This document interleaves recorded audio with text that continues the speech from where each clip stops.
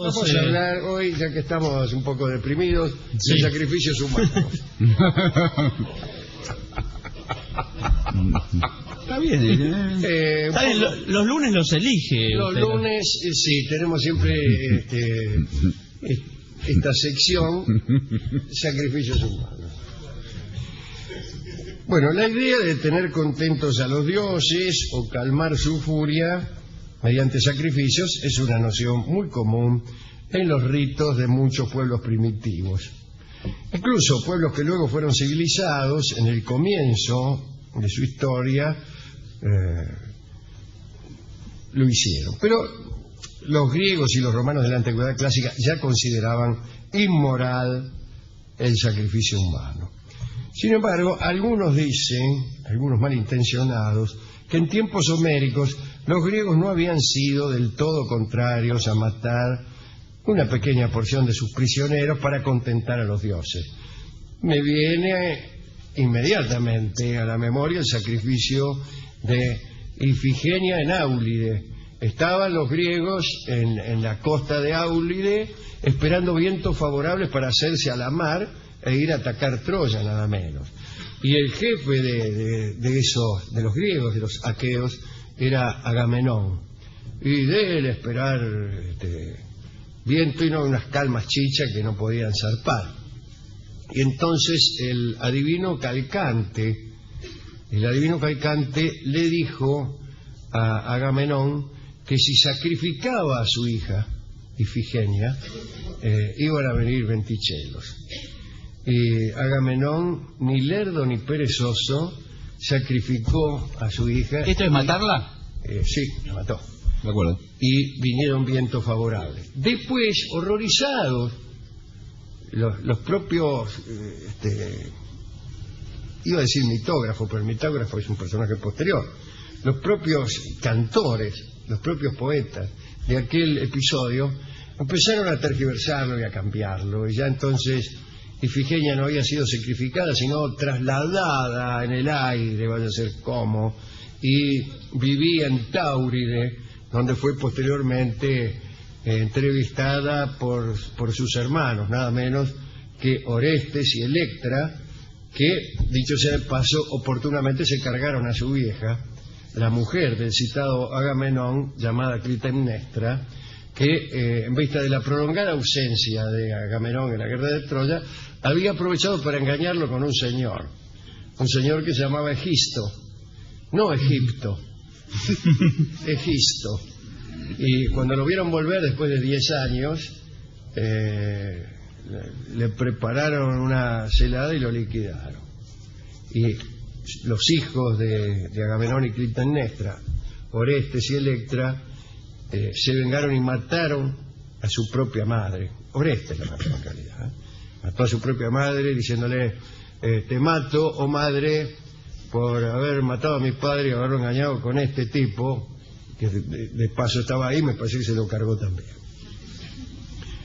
Todo esto para que vean que las familias que tenemos no son tan malas como parecen. Tener un cuñado aficionado a la quiniela no es lo peor que a uno le puede pasar. Para eso son los mitos, ¿no? Claro. Pero aquí en este mito que aparece nada menos que en la Ilíada, ya hay un sacrificio humano, el sacrificio de la mismísima hija del jefe aqueo, nada más que para conseguir un buen viento. En Queronea, también ahí en la Hélade, cuando una plaga asolaba la ciudad, un hombre pobre era elegido como víctima expiatoria. Durante un año, este hombre pobre era mantenido a expensas públicas y alimentado con selecta comida. Al terminar el año, le ponían vestiduras sagradas y lo conducían por la ciudad mientras que elevaban preces para que todos los males del pueblo recayesen sobre la cabeza del sacrificado. Y luego era lapidado, muerto a piedrazo. Bien. En Atenas se mantenía a unos cuantos hombres y mujeres. Elegían a los degradados e inútiles, discúlpeme que lo mire a los ojos. Y cuando alguna calamidad caía sobre la ciudad, sacrificaban a dos de estos proscriptos, discúlpeme que le acaricie la mano. Los sacrificados eran siempre un hombre y una mujer. Él, el sacrificado, llevaba siempre colgando unos higos negros. Mire qué mal.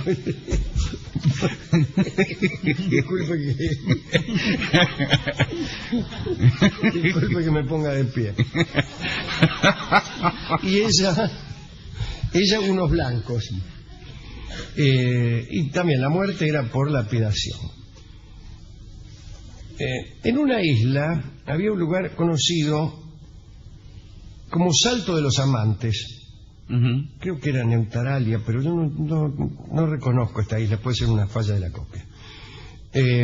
Ubicado en una especie de cabo, un promontorio que avanzaba hacia el mar, y los lugareños se acostumbraban a lanzar anualmente un criminal al mar. Pero para frenar la caída, pues les parecía demasiado cruel arrojarlo así directamente, le ataban aves vivas y plumas para suavizar la caída. Le ataban, qué sé yo, ponerle 5 gallinas. Pero viva, qué feo, el Viva, griterío. claro, un ave muerta es un peso igualmente muerto.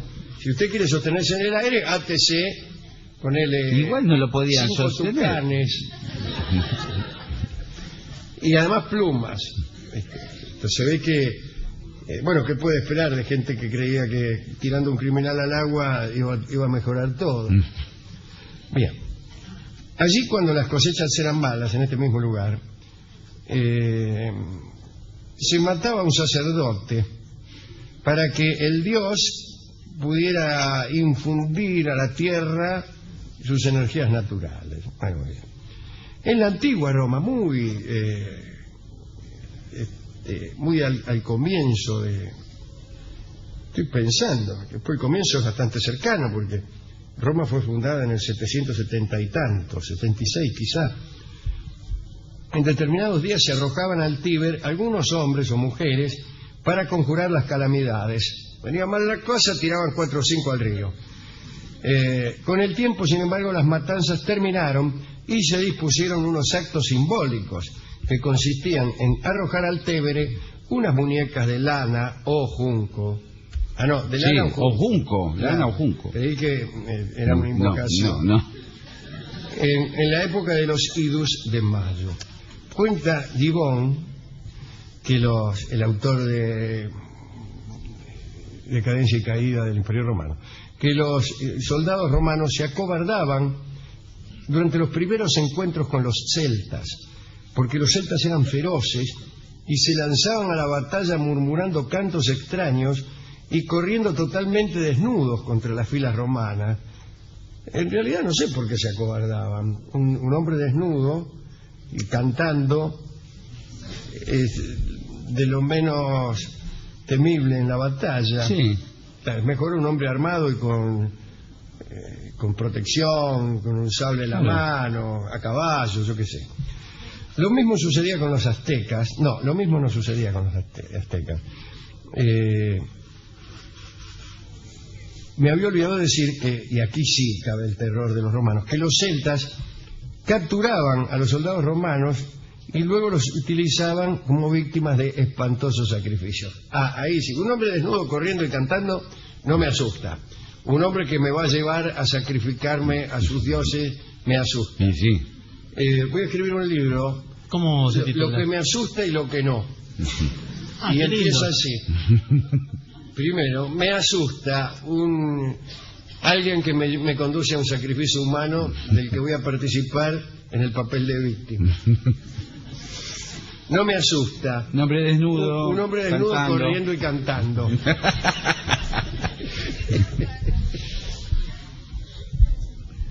Bueno, y lo que sucedía con los aztecas es respecto a estos sacrificios. Como ustedes saben, los aztecas eran muy populares entre sus vecinos, porque en realidad trataban de no matar a sus oponentes, sino de capturarlos para luego sacrificarlos y usar su sangre como combustible del universo. Los aztecas tenían una idea no muy optimista del universo y pensaban que el universo era inestable, efímero, en perpetuo peligro de disgregación, y hasta en sus cosmologías aparecían anteriores destrucciones del universo, que había sido ya destruido 3 veces o 4, me acuerdo, qué sé yo.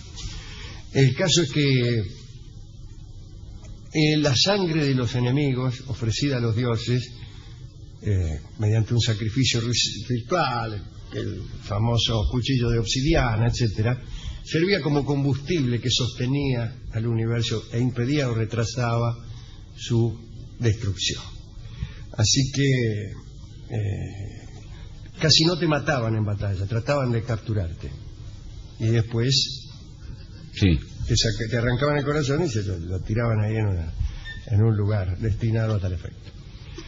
Tanto las fortalezas celtas como las entradas de las aldeas de los celtas, volvemos a los celtas ahora, estaban adornadas con cráneos. Qué lindo. Sí, esperaba que usted dijera eso, pero no se me ocurrió. Y mire, como los colectivos que tienen también los cráneos, ¿no? Nada Exactamente de nuevo. ese modo, así como al colectivo le cuelga un pequeño cráneo que se agita en los empedrados, o quizá lo tienen en la manija de la palanca de cambios. Sí. Los celtas utilizaban, ya que no cráneos de plástico, cráneos verdaderos de personas humanas, porque las bagatelas de plástico no le gustaban a aquellas civilizaciones, y los colgaban, eso sí, en las vigas de sus casas. Estos cráneos podían obtenerse de 2 maneras, en batalla o de las víctimas sacrificiales, que supongo yo también serían hijas de la batalla, prisioneros, pero de eso no estoy seguro, ¿no? El sacrificio humano era una institución importante y se realizaba entre los celtas bajo instrucción de los druidas, que eran los sabios sacerdotes. Dicen que los celtas también quemaban a las personas y tejían unas primorosas cestas de mimbre en las que metían a sus prisioneros para luego prenderle fuego. Sin embargo, la forma más persistente de sacrificio humano se encuentra entre los estados de imperios primitivos del Asia, ¿no? Y quizá el modo más usual era la matanza de esposas y criados y sirvientes cada vez que moría algún poderoso. Como creían que había vida después de la muerte, moría un poderoso, no le iban a largar Solari. Entonces le mataban al cocinero, a la ayuda de cámara. ¿A la esposa también? A veces a la mujer, porque supongo que sí, a la mujer, al amante. Los escitas mataban a todos los cocineros, a todos los cuidadores de caballos y a todos los mayordomos del monarca finado. Y también mataban incluso a los mejores caballos del rey, para que el rey cabalgara en el otro mundo. Este sacrificio tenía una doble función. Primero, que el rey disfrutara en el cielo de lo que había tenido en la tierra.